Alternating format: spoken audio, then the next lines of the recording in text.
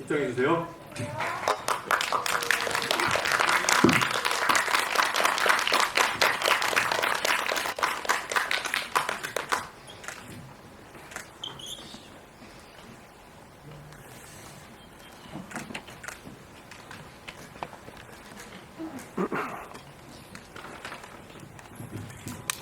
지금부터 안녕 내일 또 만나 기자간담회를 시작하겠습니다.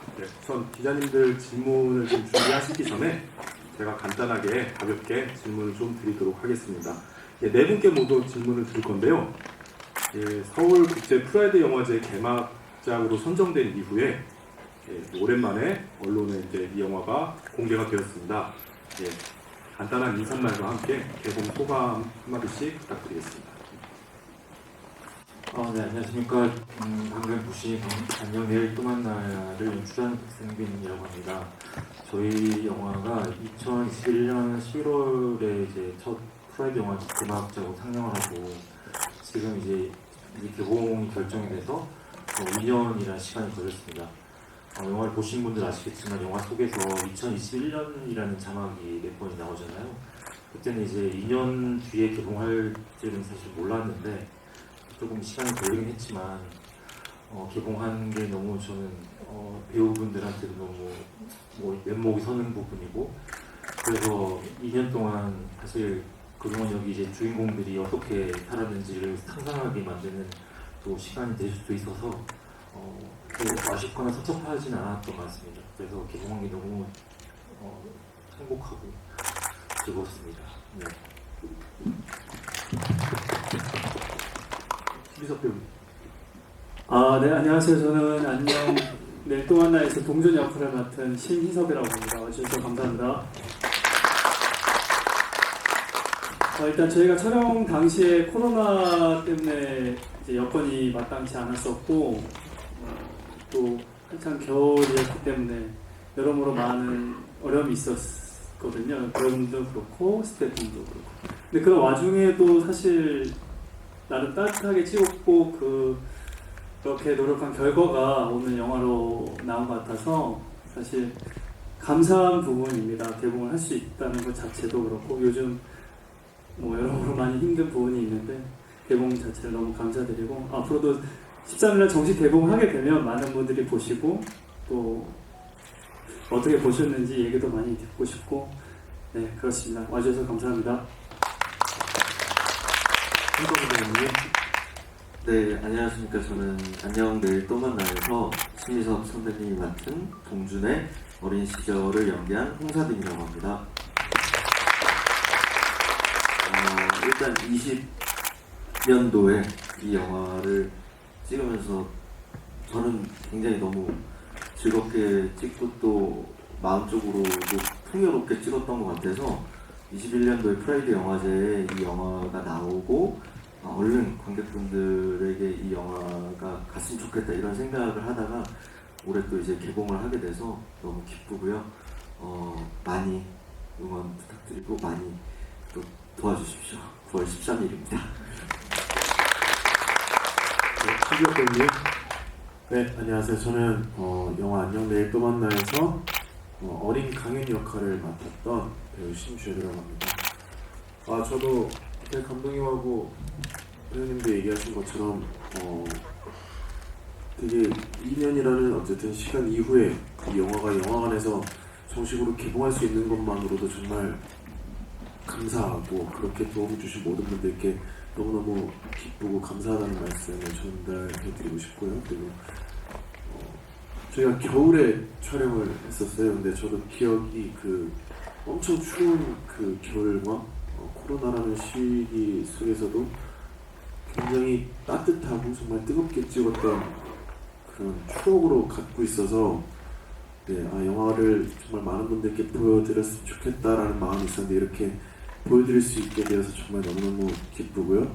저도 많은 도움 부탁드리겠습니다. 감사합니다. 일단 저는 가족 이야기가 가장 마음에 와닿았던 부분이었어요. 제가 전에 작품 하면서는 가족을 다뤘던 작품을 그렇게 많이 안 해봤기 때문에 또 있었고, 그리고 감독님이 자막 쓰셨던 작품에서 그 느껴졌던 애틋함이 그 여운이 계속 남더라고요. 그래서 너무나 하고 싶었고, 감독님께서도 저를 이렇게 캐스팅해 주셔서 감사드렸고, 그리고 영화 찍으면서도 스스로 많이 좀 감정을 몰입하고 이입했던 것 같아요. 그러니까 제가 생각하지 못한 부분에서도 연기하면서 많은 걸 느꼈고, 그래서 이 작품 이후에 좀 다른 작품을 대하는 태도에도 영향을 좀 받았어요. 그래서 저한테는 좀 꽤나 의미 깊은 작품으로 앞으로 남을 것 같습니다. 네. 감사합니다. 네, 우사빈 배우님. 저는 일단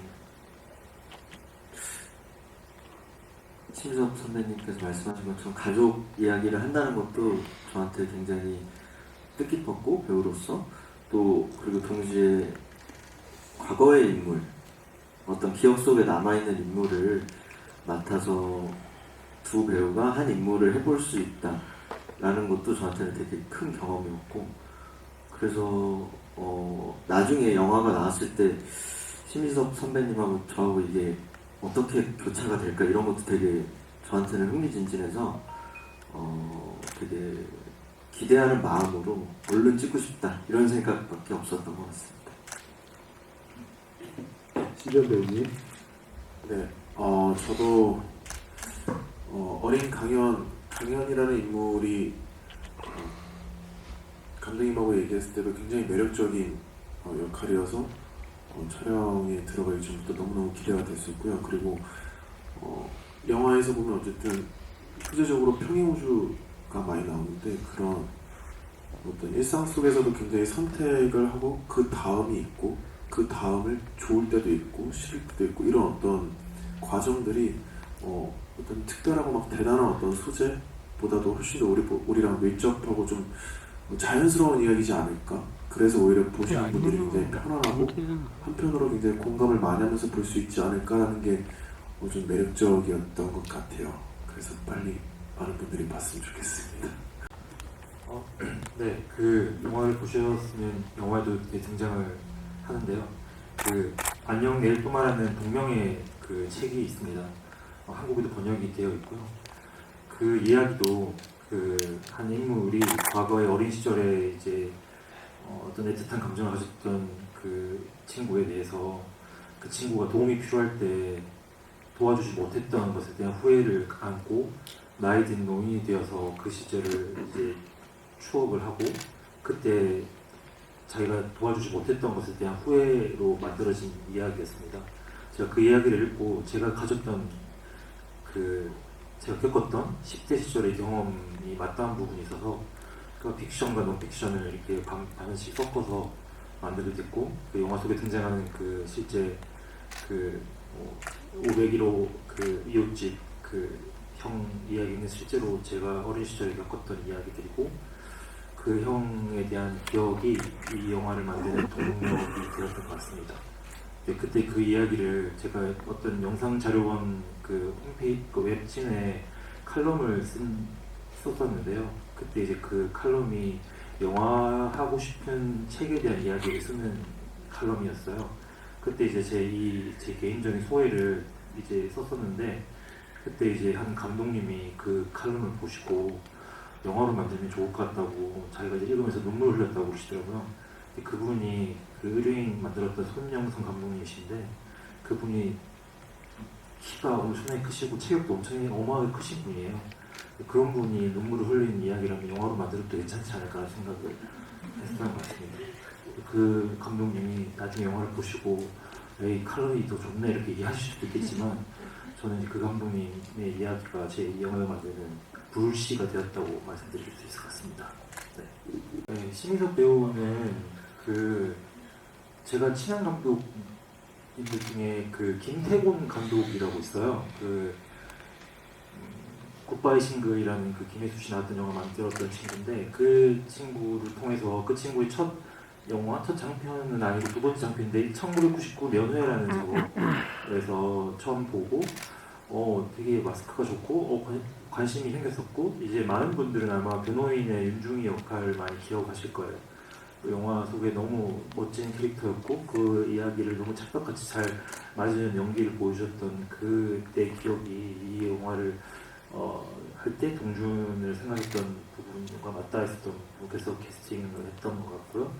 그리고 홍서빈이라는 배우는 제가 어떤 단편 영화제에서 심사를 잠깐 참여했을 때 그때 성실대학교에서 한 친구, 한 감독님이 만든 단편 영화를 보고 폭염이라는 단편 영화가 있는데 그 영화를 보고 너무 놀랐었어요. 저 배우가 누구지?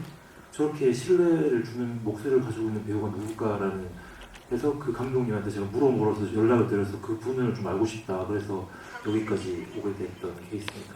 그래서 이제 앞으로도 이제 곧 개봉할 또 다른 영화 화란이라는 영화에서도 아마 많은 분들이 놀라키실 것 같긴 한데 하여튼 관심 가져주면 좋을 것 같은 라이징 스타 생각하고 그리고 신주엽 배우 같은 경우는 저희 인물 조감독이 추천을 해줬는데 제가 보자마자 반했어요. 이야기하고 하면서 그래서 바로 그날 캐스팅을 했던 걸로 기억이 나는 것 같은데 저는 물론 잘 몰랐는데 뮤지컬 씬에서는 거의 뭐 어마어마한 스타더라고요.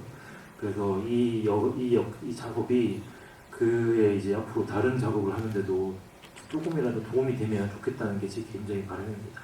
네, 감사합니다. 일단 책에서 느껴졌던 감성을 제가 기대를 해가지고 감독님 뵀는데 감독님이 그때 당시에는 조금 조용하셨어요. 그리고 말수도 많지 않으셨고 뭐 이러다 보니까 제가 좀 저도 이렇게 친근하게 다가가는 이런 걸 좀 어려워하다 보니까 처음에는 좀 그게 어색했는데 이제 작품 같이 하기로 하면서 대화를 나누면서 조금 그런 면을 제가 많이 들여다본 것 같아요. 저도 어쨌든 이 이야기는 자전적인 이야기가 많이 담겨져 있기 때문에 감독님이 얘기하시는 부분에 대해서 제가 이렇게 깊이 이해를 해야 아무래도 연기하는 데 필요한 부분이니까 그러면서 지금은 사실 뭐 이런 말씀 드리는 게 그렇죠. 저는 감독님 되게 귀엽다고 생각이 많이 들거든요. 그래서 앞으로도 많은 귀여움을 보여주셨으면 감사하겠다는 말씀을 드리겠습니다. 저는 사실 되게 이런 비화가 있는지 일단 몰랐고요.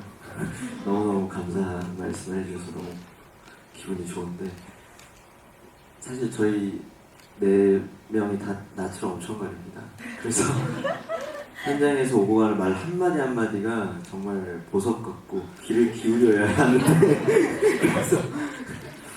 그래서 오히려 약간 더 멀찍이 떨어져서 서로의 말을 오늘은 어떤 말을 할까 약간 이렇게 집중하면서 그런 재미가 있었던 것 같습니다. 저는 촬영을 하면서 그래서 질문으로 다시 돌아와서 감독님의 첫인상은요 저는 계속 궁금했어요. 어떤 말을 나에게 또 해주실까, 촬영하면서 어떤 이야기를 해주실까, 이런 궁금증을 계속 유발해 주신 분입니다.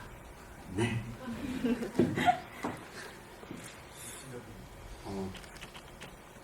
아마 다른 배우님들께서 하셨던 얘기도 다 공통점이 있겠지만 저한테는 일단 좀 범상치는 않다, 좀 특이하신 감독님이다 이러면서 같이 처음 만나 뵀을 때 하시는 말씀이 많으신데 뭔가 이게 제가 주의 있게 들어야 되는 그런 게 재밌기도 하고 그래서 어쨌든 처음 만나 뵈니까 감독님은 무슨 말씀을 하시고 싶으신 걸까 같이 이렇게 들어가면서 이야기를 유심히 들어야 이제 정확한 포인트를 알 수 있거든요. 수많은 말들 중에서도 정말 중요한 포인트들이 많아가지고 그런 저희가 것들 이제 지금부터 좀 친해져야 될 것 같아요. 영화를 끝나고 나서 조금씩 이제 알 것 같고 사빈이 말대로 저희 말이 생각보다 많지 않아가지고 그렇습니다. 네, 그 서울, 대구, 부산이 이제 공통적으로 그러니까 서울, 대구, 부산이 이렇게 나오긴 하는데요. 아마 이제 대구가 사실은 제일 많이 눈에 띄실 게 이제 어떤 주인공들이 이야기가 시작됐던 곳이 이제 대구였고 제가 대구에서 제 거의 반평생 이상을 살았던 곳 그리고 저는 사투리를 쓰고 있다고 생각하진 않지만 아마 제 말투에서 아마 사투리가 많이 묻어 나오실 겁니다. 그래도 이제 어렸을 때 제 대구에서 겪었던 제 실제 어떤 실제 경험이 많이 묻어 있다 보니 그래서 실제 찍을 때도 대구에서 다 찍고 싶었어요. 그리고 또 여기에 가족에 등장하는 어머니와 이제 아버지 이 분위기가 제가 가지고 있는 대구에 살고 있는 거주하고 있는 가족의 일반적인 분위기라고 개인적으로 생각했던 것 같아요. 물론 저희 아버님이 저렇게 가부장적이고 폭력적인 느낌의 분은 아니시지만 저는 제 어머니는 그 스크린에 표현되는 어머니와 실제 제 돌아가신 어머니랑은 거의 99% 똑같은 분이라고 저는 생각합니다. 그래서 저는 가급적이면 제 지난 시절의 기억을 최대한 정직하게 그리고 로케이션도 정직하게 그 분위기를 가지고 오고 싶었던 부분이 있기 때문에 대구가 아마 다른 로케이션보다 더 눈에 띄는 공간이 아닐까 이런 생각이 듭니다. 네, 일단 아무래도 다른 환경 속에서 살고 있는 인물이다 보니까 그 환경에 따라서 형성된 어떤 나름의 성격이 구분 지어져야지만 이 영화가 갖는 컨셉 구성이 올바르게 전달될 수 있다고 생각을 했고, 그런 면들을 감독님께서 아무래도 촬영을 진행하는 데 있어서 시간 순으로 하기는 좀 힘들기 때문에 이제 진행 때마다 감독님께서 그런 부분들을 좀 짚어주셨어요. 그렇게 짚어주시는 부분들이 가장 중요했던 건 지금 이 시대에 살고 있는 동준이라는 인물에게 어느 누군가가 제일 중요한 것과 그런 관계, 그 관계에 가장 집중했던 것 같아요. 그럼으로써 그 시대에서 동준이 보여주는 게 맞다고 생각을 했고, 그리고 가장 큰 틀은 가족이었고요. 그리고 강연, 어릴 적 그 사건으로 인해서 강연을 간 속에 묻어두게 된, 계속 갖고 가야 된다는 생각을 놓지 않았던 것 같고, 이게 사실 막 표면적으로 드러나는 부분을 특색 있게 이렇게 구분짓고 싶지는 사실 않았어요. 그게 조금 너무 드러나게 돼버리면 그거는 제가 이렇게 보여주려고 하는 것 같았고, 제가 가지고 있고 느끼고 있고 그거를 얼마나 깊이 있고 폭넓게 하느냐가 중요하다고 생각했기 때문에 그 부분은 감독님과 공통적으로 맞았던 부분이고, 그리고 책을 읽으면서 그거를 많이 다듬었던 것 같아요. 물론 많이 부족한 부분이 보셔서 아시겠지만 뭐 사투리라든지 그런 뭐 나이대에 혹은 직업으로 이런 직업을 갖고 있는 사람으로서의 어떤 자연스러움이라든지 이런 거는 부족할 수 있어도 그 마음가짐 하나만은 제가 진솔하게 하는 게 맞겠다 생각했고 그 부분에 가장 집중했던 것 같습니다. 저는 이 영화가 그때 느꼈던 마음이나 지금 이라면 느끼는 마음, 뭐 이런 마음에 관한 영화라고 생각을 하는데요. 그래서 감독님하고 캐릭터를 얘기하거나 장면에 대해서 얘기할 때도 이제 이런 마음이지 않을까요? 라고 했을 때 감독님께서 그 마음에 대해서 추상적으로 뭐 예를 들어 슬프다, 나는 슬플 것 같다보다 이러하여서 슬픈 마음도 예를 들어서 뭐 가슴이 시릴 때 슬플 것 같다 라고 이제 한 문장으로 정리하는 게 좋을 것 같다, 어떤 장면을 대할 때. 그러면 그 정리된 문장이 너한테 그 장면을 끌고 가는 데 있어서 굉장히 도움이 많이 될 거다 라는 말씀을 해주셨는데, 그게 제가 지금까지 연기하는데도 굉장히 도움이 많이 되고 있고, 그래서 감독님과 얘기를 하면서도 많은 걸 얻어갔고, 그때 해주셨던 그 말이 되게 저한테는 기억이 많이 나는 것 같습니다. 신주 강연이라는 역할은 좀 감독님하고 처음 얘기했던 게, 그냥 이렇게 봤을 때 사람들의 말에 집중하게 만든다던가, 혹은 좀 특별하려고 노력하지 않음에도 불구하고 시선이 가는 사람들이 종종 있잖아요. 그것이 어떤 그 사람의 분위기라든지 그 사람의 어떤 기술적으로 갖고 있는 정직함이나 이런 걸로 인해서 우리 주변에도 그런 사람들이 존재하고, 그런 인물처럼 보였으면 좋겠다라고 이야기를 하셨는데, 그래서 그런 것들을 드러내지 않고 의도적으로 뭔가 표현되지 않으려면 뭔가 나의 일상적인 거에서부터 찾아야 되지 않을까? 그래서 그런 포인트들을 제 일상에서 찾으려고 노력을 했던 것 같아요. 그랬을 때 그 인물이 과연 설득력 있게 잘 만들어졌을 때 나중에 이 영화 스포가 될 수도 있지. 어쨌든 추락을 하잖아요. 강연에게 어떤 사건으로 인해서 되게 안 흔들릴 것 같던, 되게 자기의 길을 올곧게 잘 걸어갈 것 같았던 어떤 소년이 추락을 하는데, 그때 그 추락이 훨씬 더 대비돼서 동준에게도 좀 강연의 추락을 되게 놀랍게 받아들일 수 있고, 내가 알던 형은 굉장히 우상 같은 존재였고 나를 이끌어줬던, 어떻게 보면 동준은 어렸을 때 소외를 많이 받고 좀 남들과 어울리기보다는 혼자 있는 시간을 굉장히 많이 갖는 아이라고 생각을 하는데, 그런 아이로부터 되게 이끌어주고 손을 잡아줬던 형이 추락하는 걸 보고 훨씬 더 크게 느끼지 않았을까, 그런 생각을 하면서 감독님하고 그런 조절을 이제 현장에서 좀 맞춰 나갔던 것 같아요. 저도 사빈 배우랑 비슷한 건데, 감독님하고 얘기를 하면서 어느 정도의 추락일까요? 혹은 제가 지금 너무 뭔가 표현되어지나요? 혹은 그런 것들을 많이 여쭤보면서 좀 찾아 나갔던 것 같고, 그런 답을 정말 잘 주셨던 것 같아요. 영화 중간에 보면 이렇게 어머니가 남긴 편지를 받고 이제 누나와 손을 잡으면서 이제 어머니의 죽음을 이제 바라보는 장면이 있는데, 그게 첫 촬영이었습니다. 네, 첫 촬영이었고 첫날 이제 또 이제 귀를 기울여야 될 상황에서 이제 첫 촬영이었는데, 근데 그게 왜 기억에 남냐면요, 그 첫 촬영이어서라기보다는 그때 감독님께서 디렉션을 주실 때 정말 마음을 써서 주셨어요, 디렉션. 그 순간에 이러면은 마음이 이럴 것 같다, 그래서 이런 마음을 많이 동준이 느낄 것 같다에 대해서 너무너무 진심을 다해서 저한테 디렉션을 주셔서 첫 촬영이고 어색하고 막 그럼에도 불구하고 저 개인적으로는 되게 감독님 디렉션을 듣고 나서 이렇게 해도 되겠다라는 생각이 들고 찍은 장면이라서 그게 계속 기억에 남았습니다. 네. 신주엽 배우님. 네,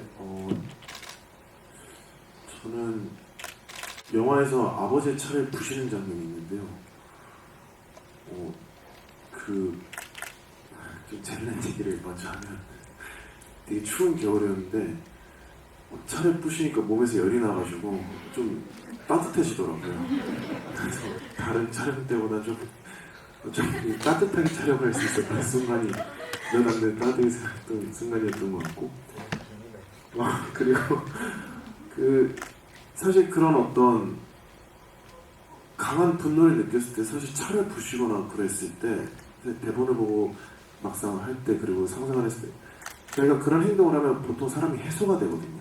어느 기점이 되면 사실 차를 부시고 그런 분노를 막 표출했을 때 해소가 되는데, 사실 영화 대본에는 해소가 되는 그런 장면이 없이 그냥 계속 그 아버지의 차를 부시고 나서도 굉장히 아파하고 슬퍼하는 모습이 계속 비춰진단 말이죠. 그래서 이게 그러면 강현한테 정말 얼마만큼 큰 사건일까, 이런 것들을 고민하고 차를 부시는 와중에서도 계속 고민했던 것 같아요. 이게 차를 부시다 보니까 저도 모르게 약간 해소되는 게 있더라고요. 좀 스트레스로 풀리고. 근데 그러지 않으려면 차를 부시면서도 도대체 얼마만큼 힘들었을까, 이런 것들을 그 전에서도 계속 싸우면서 만들 때 좀 재밌지 않았나 싶습니다. 네, 신희섭 배우님. 저는 그 카페에서 학생이랑 대화를 나눴던 장면인 것 같아요. 방금 주연이랑 서민이가 얘기하는 걸 들으면서 제가 촬영했던 부분들을 곰곰이 한번 짚어봤는데, 하나씩 다 기억에 남는 이유가 있는데, 뭐가 특별하게 이 장면만은 정말 특별한 이유로 기억에 남는다는 건 사실 없고요. 지금 그냥 마음속에서 떠오르는 게 카페에서 그 장면인데, 또 감정적인 장면이기도 했고, 또 그때 오디오 감독님이 연기 좋았다고 하셔가지고, 그래서 그렇게 말씀하실 분이 아닌 것 같은데 되게 감사하더라고요. 그래가지고 그런 게 좀 기억에 남네요. 워낙 뭐 영화 전반적으로 이 동준이라는 인물이 하는 연기가 어떻게 보면 좀 잔잔하면서도 울림이 센 부분들이 이렇게 있기 때문에 비슷하게 느껴졌나 봐요, 제가. 네, 저는 그 장면이 기억에 남습니다. 네, 아까 방금 하신 질문이랑 그 기자분이 주셨던 질문이랑 좀 비슷한 부분이 겹칠 것 같아서 제가 뭐 길게 얘기 드리는 것보다 어쨌든 동준을 연기하면서 가장 중요했던 지점은 영지 그리고 학생 그리고 아들을 만나게 되면서 이 관계에서 동준이 느끼는 그 자체를 진솔하게 보여드리는 게 가장 중요하다고 생각했고, 그리고 그 이전에 있었던 강현이라는 인물에 대한 가슴 깊이 남아있는 그 애틋함, 뭐 물론 이렇게 다 보여드린다고 생각하는 것 자체가 제 스스로도 불가능하다고 느껴지지만 제가 준비를 하면서 얼마큼 쌓아왔냐에 대한 믿음이 있었어요. 그래서 현장에서는 집중하는 게 가장 중요하다고 생각했고, 또 그 방향을 제대로 감독님께서 잡아주신 거에 대해 감사드리고, 네, 뭐 제가 가지고 있는 하나의 이 서로 다른 세계 비슷한, 그러니까 같은 시간대를 가지고 있는 서로 다른 세계를 보여주는데 하나의 중요한 기초는 어떤 하나라도 매정하게 끊지 말자라는 것이었어요. 이거는 이쪽의 이야기고 이건 이쪽이다. 뭔가 각자의 이야기가 매정하게 제가 어떤 편집으로 여기는 이쪽은 이쪽 세계의 특징을 보여주고 이런 느낌은 아니고요. 발만 하나 잘못은 아니고 발만 하나 다른 데로 조금만 내딛어도 그 세계로 갈 수 있는 느낌이었으면 좋겠다고 해서, 그러니까 알게 모르게, 그러니까 마지막에 이 성인 강현을 만나러 가는 동준이 과연 이 앞에 세 세계 중에 어떤 동준인지 정확하게 몰랐으면 좋겠다. 그러니까 보는 사람이 어떤 동준이었으면 좋겠다고 생각할 수도 있겠지만 제 기준은 이 세 명의 누군가가 갈 수도 있고 아니면 세계 말고 다른 세계에 살고 있는 동준이 또 갔을 수도 있다고 생각하거든요.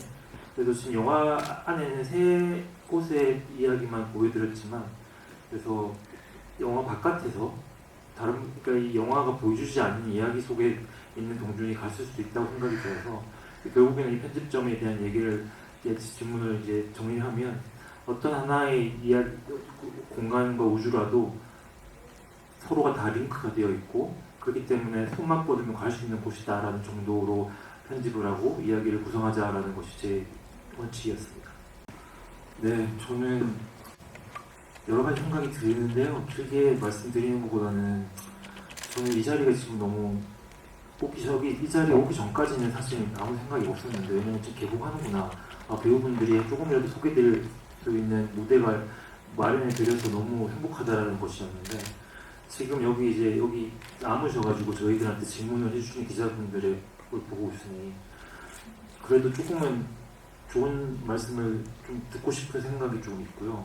그래서 그것이 여기 저뿐만 아니라 여기 배우분들이 앞으로 더 좋은 책과 더 좋은 기회를 만나서 더 멋진 아티스트로 성장하는 걸 보고 싶습니다.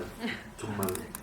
저는 이분들의 팬이고, 영화를 찍으면서는 충분히 친해지지는 못했던 것 같긴 하지만 앞으로 더 다른 기회 만나서 더 친해졌으면 좋겠고, 저 개인적인 이야기를, 제가 개인이 들어간 이야기를 만든 게 이 작업이 진짜 저의 많은 부분이 들어가 있거든요. 저희 오면서 지금 생각해보니까 저희 어머니가 돌아가실 때 했던 이야기들을 여기 홍사빈 배우랑 김주령 배우님이 마지막 후반부에 했던 외향적으로 살아야 한다고 어머니가 얘기하셨던 그 대사는 제가 아직 어머니 돌아가신 지가 되게 오래전이지만 아직까지 제가 영화 작업을 하게 만드는 동기가 같은 문장이에요. 제가 너무 내향적이고 소심하고 이런 사람이기 때문에 이런 자리에서 이렇게 얘기를 하는 것 자체도 지금 예전에 저를 아는 친구들한테 너무 이채로운 장면이거든요.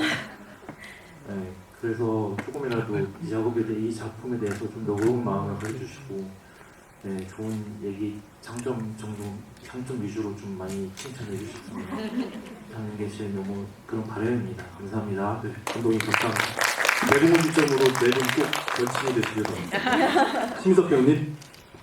네, 감독님께서 영화 찍으실 때 이제 영화 다 찍고 찍으실 때는 이제 방금 말씀하신 것처럼 배우분들이 돌아가면 그리고 앞으로도 승승장구하는 그런 영화로서 만들겠다고 말씀하셨었고, 끝나고 나서는 이제는 나만의 이야기가 아닌 모두가 공감할 수 있는 이야기를 만들고 싶다고 하셨거든요. 그 전에 작품에서는 저도 말씀하신 것처럼 느꼈던 게 조금 특색 있는 영화를 만들다 보니까 감독님도 그걸 느끼셔서 이제는 모두의 영화를 만들고 싶다고 하셨고, 그렇게 만드셔서 꼭 성공하셔가지고 저희를 꼭 그려주셨으면 좋겠다는 생각을 저는 하고요.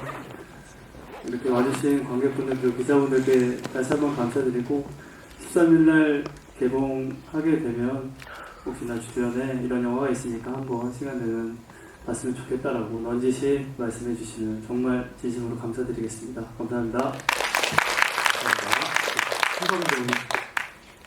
말씀하신 것처럼 감독님이나 배우분들이나 스태프분들한테 되게 어찌 보면 개인적인 얘기일 수도 있지만 되게 소중한 얘기라고 저는 생각을 해서 주변 지인분들 혹은 뭐 여러분들에게 막 소개가 되면 굉장히 좋을 것 같습니다.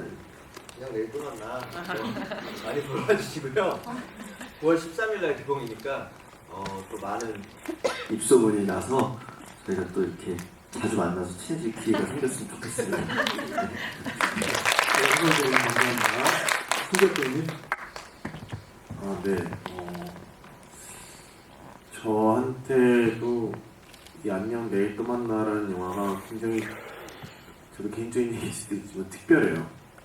영화라는 작업을 이렇게 깊게 뭔가 감독님 그리고 같이 하는 배우분들을 통해서 정말 깊게 한번 뭔가 배우게 된, 그로 인해서 그 이후로부터 저의 어떤 연기적인 부분도 굉장히 많이 바뀌게 된 그런 어떤 감사함을 준 작품이어가지고, 네, 저도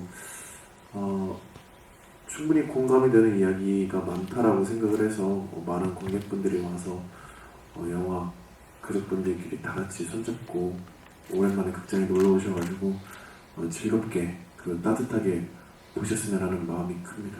네, 9월 13일 안녕 내일 또 만나 개봉, 네, 많은 관심 부탁드리겠습니다. 감사합니다.